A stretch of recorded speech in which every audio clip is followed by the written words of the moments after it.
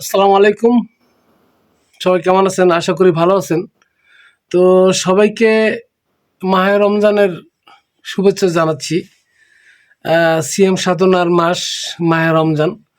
তো আমি সংক্ষিপ্ত আলোচনায় আবার আসতেছি যে এখন যে কথাটা নিয়ে বলবো, যে সড়ক প্রতিমন্ত্রী যিনি শেখ রবুল আলম, তিনি কিন্তু অলরেডি একটি বিবৃতি দিয়েছে যে সন্ত্রাসের বিরুদ্ধে, ঠিক আছে, যে সন্ত্রাস, যে চাঁদাবাজি, ঠিক আছে, এই চাঁদাবাজির বিরুদ্ধে কিন্তু তিনি একটি বিবৃতি দিয়েছে যে সড়কে টাকা নেওয়া যেতে পারে সমঝোতার মাধ্যমে, ঠিক আছে। তাই আসলে এই কথাটা নিয়ে কিন্তু দেশে বেশ আলোড়ন সৃষ্টি হয়ে গেছে। তিনি কিন্তু কি বলেছে আমি কিন্তু উপরে দিয়ে দিছি।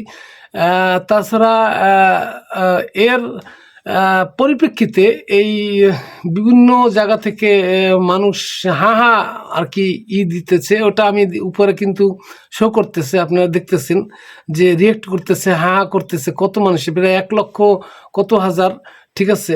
দেখেন এই একজন মন্ত্রী, ঠিক আছে, নতুন মন্ত্রী, তিনি শেখ রবুল আলম, এর একে এ বিএনপি কোন জায়গা থেকে করছে আসলে আমি সঠিক জানি না। তবে একে আমি কখনো দেখিনি রাজপথে আন্দোলনের, কখনো দেখিনি, ঠিক আছে। এদেরকে মন্ত্রী বানানো হয়েছে। এদের মতো গর্দবদেরকে মন্ত্রী বানানো চেতে ওই ছাগল টাগলদেরকে মন্ত্রী বানানো অনেক উচিত ছিল। কারণ বিএনপি সরকার উপরে আমাদের একটা আশা ছিল যে এই সরকার মনে হয় যে জুলাই দেখেছে যেহেতু, ঠিক আছে, হ্যাঁ, গণ অভ্যুত্থানে শেখ হাসিনা কীভাবে পলায়ন করছে, হ্যাঁ, সেটা দেখেছে, তারপরও তাদের শিক্ষা হয়নি।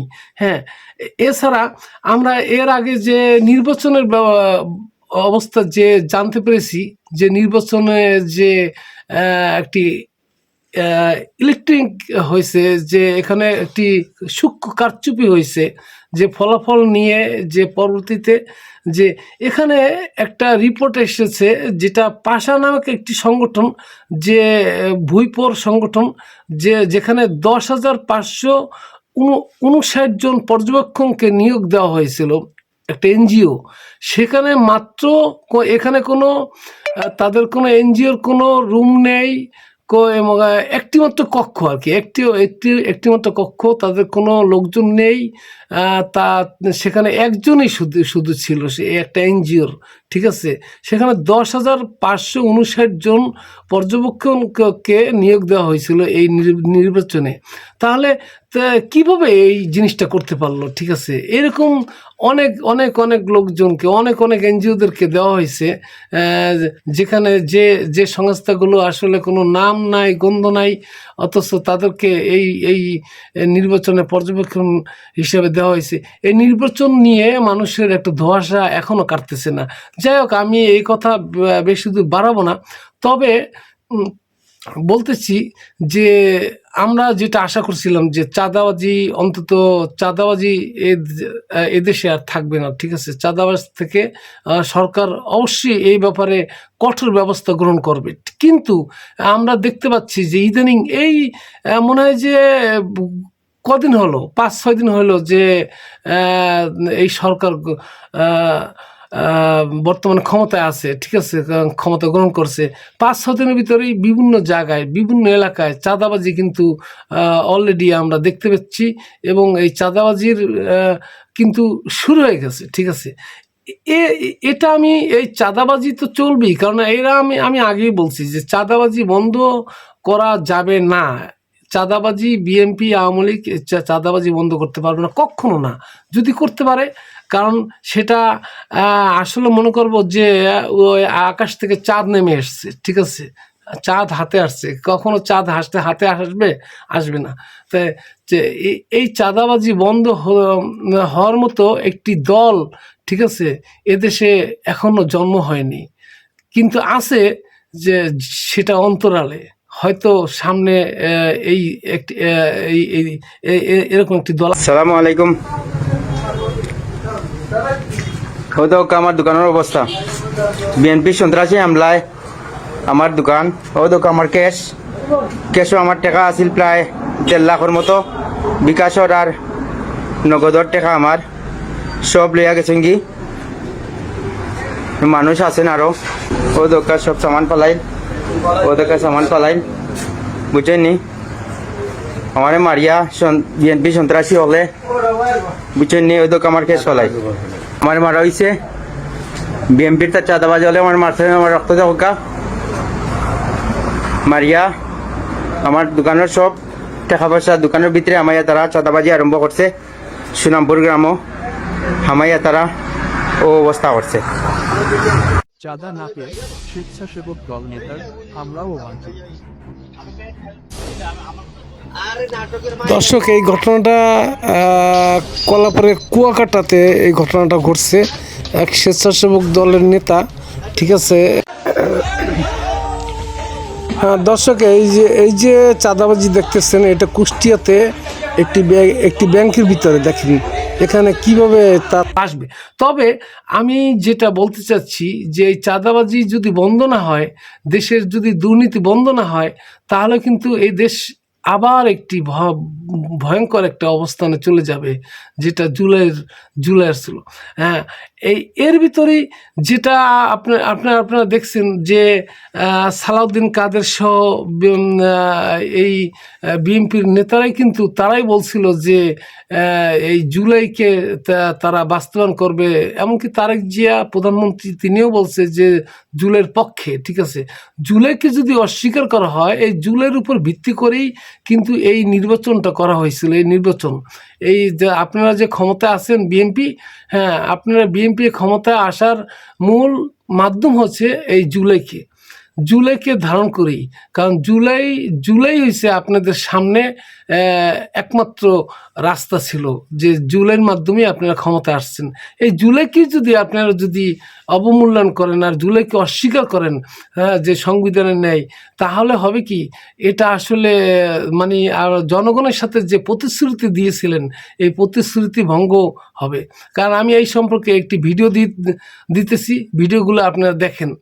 ভাই মারা গেল আমেরিকাতে, একটা ভাই দীর্ঘদিন বাইরে আছে, আমি দীর্ঘদিন অসুস্থ অবস্থায়।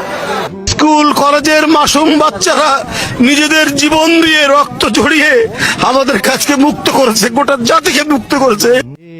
বলেছি নির্বাচনের দিনে একই দিনে আরেকটা ব্যালটের মাধ্যমে গণভোটের সেই রায়টা নেওয়া যাবে, যে এই সংস্কারের মধ্যে ঐক্যমত্য কমিশনের কাছে আমরা যারা প্রতিশ্রুতিবদ্ধ হয়েছে সকল রাজনৈতিক দল, সেই প্রতিশ্রুতির পক্ষে জনগণ আছে কিনা, সেই সনদের পক্ষে জনগণ আছে কিনা, হ্যাঁ অথবা না বলুন।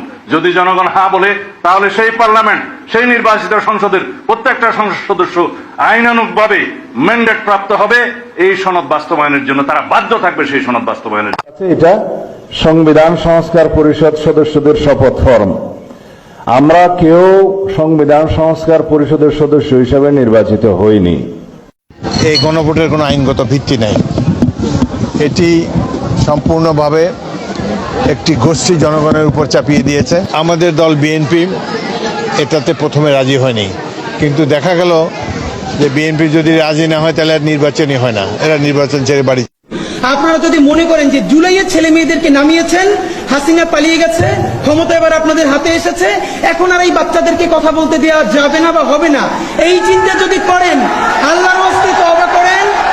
বাচ্চাদের জবান যদি বন্ধ করতে চান, আওয়ামী লীগের মতো আপনাদের জবানও বন্ধ হয়ে যাবে, মনে রাখবেন। চাঁদা সড়ক পরিবহনের চাঁদা যেটা বলা হয়, সেভাবে আমি চাঁদা এই দেখছি না। সেটা হচ্ছে সেটা পরে করবে। সেটা হচ্ছে বাস মালিক সমিতি আছে, আবার শ্রমিক সমিতিগুলিও আছে, ফেডারেশন আছে। তারা তাদের কল্যাণে, এটা একটা অলিখিত বিধির মতো, কোনো সময় তাদের কল্যাণেই তারা এটা ব্যয় করে, বিধায় কালেক্ট করে তাদের সম্মতিতে। চাঁদা আমি ওইটাকে বলতে চাই যে কেউ দিতে চান না বা তাকে বাধ্য করা হচ্ছে, সেটা হলো চাঁদা। এখন ধরেন মালিক সমিতি আছে, তারা একটা নির্দিষ্ট হারে প্রত্যেকটা টিপস থেকে টাকা তোলে, মালিকদের কল্যাণে ব্যবহার করতে চায়। কতটুকু ব্যবহার হয় সেটা জানি না, সেটা নিয়ে হয়তো বিতর্ক আছে। কিন্তু তারা এই সমঝোতার ভিত্তিতে, আবার শ্রমিক কল্যাণ ফেডারেশন এরকম অনেক সংস্থা ওরা আছে, তো তারা এটা সমঝোতার ভিত্তিতে এরকম ভাবে করে।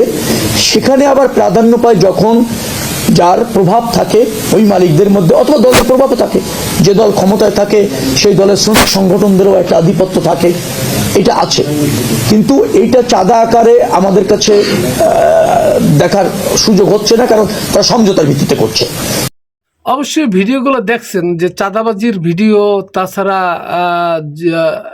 জুলাইকে নিয়ে যে তাদের যে কথাবার্তা ছিল, যে কমিটমেন্ট ছিল, ঠিক আছে, তা এই কথাবার্তাগুলো কিন্তু আপনারা অলরেডি দেখছেন। আমি ভিডিও দিয়ে দিছি।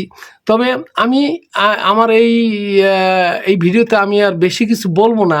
তবে আমার মনে হয় যে 24 আবার আসতে যাচ্ছে, ঠিক আছে, সন্নিকটে। কারণ আসলে 24 যদি আবার না আসে, ঠিক আছে, তাহলে এই দেশের মানুষের মনে হয় যে এই দেশের মানুষ নিরাপত্তা পাবে না, এই দেশের মানুষের সঠিক রাস্তাটা খুঁজে পাবে না। সঠিক রাস্তা খুঁজে পেতে হলে 24 আবারও আসতে হবে। আর যদি 24 যদি না আনতে চান, আমি বিএনপিদেরকে বলবো যে তাহলে আপনারা সঠিক রাস্তায় চলুন। কারণ 24 থেকে আপনারা শিক্ষা গ্রহণ করা উচিত ছিল যে 24 কি জিনিস। হাজার হাজার রক্তের বিনিময়ে 24 কিন্তু গঠন হয়েছে। হ্যাঁ, একটা মরে, এই যে সাবেক স্বরাষ্ট্রমন্ত্রী আসাদুজ্জামান, তিনি তার কাছে বলছিল এক পুলিশ অফিসার যে স্যার, একটা মরে আর একটা দাঁড়ায়। হ্যাঁ, একটা মরে আর একটা দাঁড়ায়, কয়জনকে মারবো? ঠিক আছে, হ্যাঁ ভাই, আসলে কি হাজার হাজার মানুষ এখন আর মৃত্যুকে ভয় করে না। মৃত্যু তো হবেই, কারণ কি যুদ্ধের ময়দানে হোক আর যে বিছানায় হোক, মৃত্যুকে ভয় যে করবে সে তো কাপুরুষ। কারণ কি মৃত্যু তো হবেই।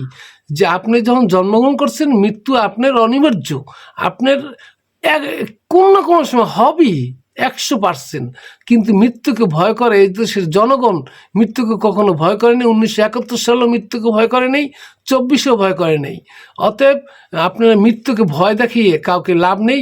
আপনারা এখনো রাস্তা আছে। আপনার 5 বছর ম্যান্ডেট নিয়ে ক্ষমতা থাকেন এবং জনগণের অধিকারটা বুঝিয়ে দিন, ঠিক আছে। আমি এই বলে আমার সংক্ষিপ্ত বক্তব্য আমি শেষ করতেছি। ধন্যবাদ সবাইকে। আসসালামু আলাইকুম। কিয়ামতের আগে সমাজের সবচেয়ে বড় চোর, বাটপার, বদমাশ গুলো নেতা হয়ে যাবে। তাদের নেতৃত্ব মেনে নিতে হবে বাধ্য হয়ে।